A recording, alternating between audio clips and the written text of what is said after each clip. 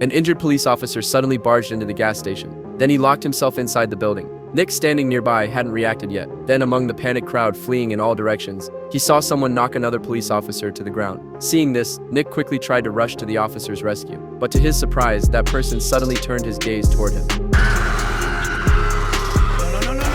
Fortunately, the injured officer acted just in time. Nick barely managed to escape unharmed. But before he could even catch his breath, the officer who had locked himself in for safety had completely mutated. Nick looked at the officer lying on the ground nearby. He walked over, intending to help the officer up. Clearly, the officer knew his condition. Nick had no choice but to grab his backpack and quickly leave. The officer then slowly raised the toy gun in his hand.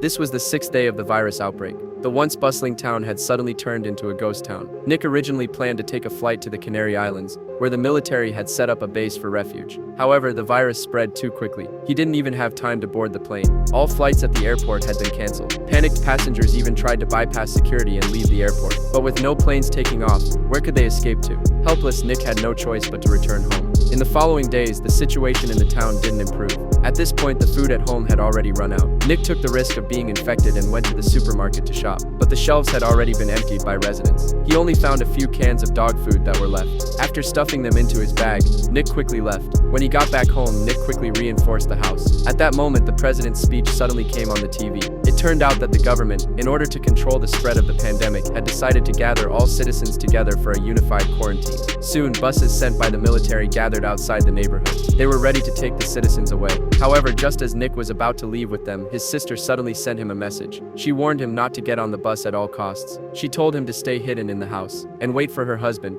who was coming with the military to rescue him. But soon, Nick's dog food at home ran out as well. He had no choice but to go out and search for food. At that moment, Nick looked at the swimsuit beside him. An idea suddenly came to him. So, after gearing up completely, Nick carried a harpoon gun and began searching for food in the neighborhood. However, his luck was still as bad as ever. After breaking into several empty homes, he couldn't even find a single slice of bread. The refrigerators in all the neighbors' homes were completely empty. Desperate, Nick arrived at the 9th house.